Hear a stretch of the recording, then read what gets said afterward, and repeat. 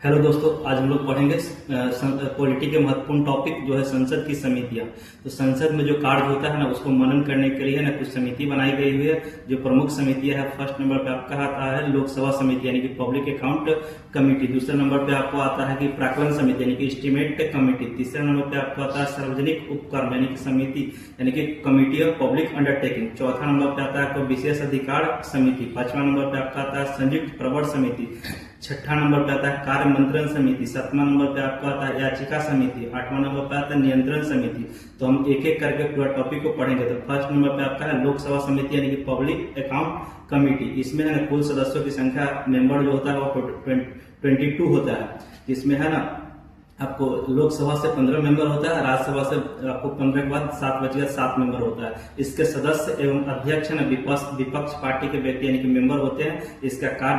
इसका कार्य विभिन्न मंत्रालय में खर्च तथा एक कैग की रिपोर्ट जारी करना होता है। यानी कि कहने का मतलब है कि आपको लोकसभा समिति का ना मेन काम होता है क्या कि इसका कार्य विभिन्न मंत्रालय में खर्च तथा कैग की रिपोर्ट की जांच पड़ताल करना था। पीएस यानी पब्लिक अकाउंट कमेटी का जो चेयरमैन है वो केसी वेणुगोपाल जी है। दूसरा समिति है ना वो है प्राक्कलन समिति यानी कि एस्टीमेट कमेटी। इसमें है ना सदस्यों की संख्या 30 होती है, जिसमें से लोकसभा से टोटल होते हैं, राज्यसभा का कोई मेंबर नहीं होता है इसमें। इसका कार्य है ना सरकार का विभिन्न नीति पॉलिसी है जो संबंधित सलाह देता है। उसके बाद तीसरा नंबर पे कमेटी आता है वो सार्वजनिक उपक्रम समिति यानी कमेटी ऑफ पब्लिक अंडरटेकिंग। इसमें है ना सदस्यों की मेंबर जो होती है 22 होती है। जो लोकसभा से 15 मेंबर होते हैं, राज्यसभा से 7 सदस्य होते हैं।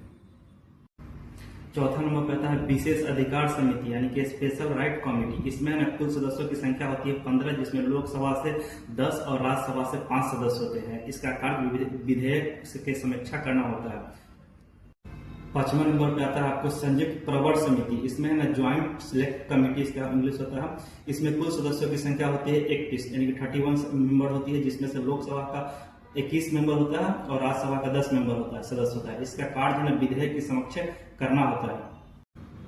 छठा नंबर पे आपका आता है कार्य मंत्रण समिति यानी कि बिजनेस एडवाइजरी कमेटी। इसमें कुल सदस्यों की संख्या होती है 30 होती है, जिसमें से है ना आपको लोकसभा से 15 और राज्यसभा से 15 मेंबर होता है। इनका कार्य सरकारी विधेयकों के लिए निश्चित करना होता है। इसके बाद 7वां नंबर पे आता है याचिका समिति यानी कमेटी ऑफ पिटीशन। इसमें है ना टोटल मेंबर होता है 25, जिसमें लोकसभा से 15 मेंबर होता है, राज्यसभा से 10 मेंबर शामिल होता है सदस्य। आठवां नंबर पे आता है नियम समिति यानी कि रूल्स ऑफ प्रोसीजर। इसमें समिति का कार्य लोकसभा के प्रक्रिया और संचालन के मामले पे पूर्ण विचार करना होता है इसका कार्य। इसके बाद हम लोग सेकेंड टॉपिक पढ़ेंगे जिसका नाम है संसदीय विशेष अधिकार यानी कि संसद के को क्या क्या विशेष अधिकार है उसके बारे में हम लोग देखेंगे। यानी कि पार्लियामेंट प्रिविलेज। इसके अंतर्गत है ना संसद तथा विधानमंडल के सदस्यों के सामूहिक व्यक्ति के रूप में कुछ अधिकार है, जो व्यक्ति के रूप में कुछ अधिकार या छूट है, उसके विशेष अधिकार का सदस्य स्वयं रक्षा करेगा और इस अधिकार को उल्लंघन करने पर दंडित किया जाता है।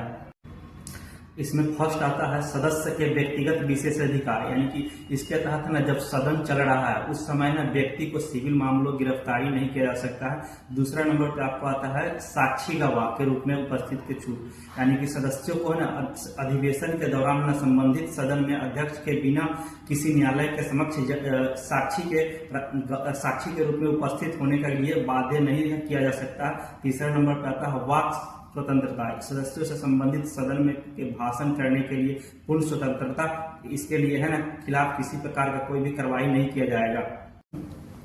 चौथा नंबर पे आपको आता है सदस्य के सामूहिक विशेष अधिकार। इसके अंतर्गत है ना सदन की कार्यवाही को प्रकाशित करने के लिए रोकने का अधिकार, सदन को कार्यवाही को न्यायालय जांच करने का रोकने का अधिकार, सदस्यों के गिरफ्तारी, नजरबंदी, दोषबंदी की रिहाई से संबंधित सूचना के अधिकार है।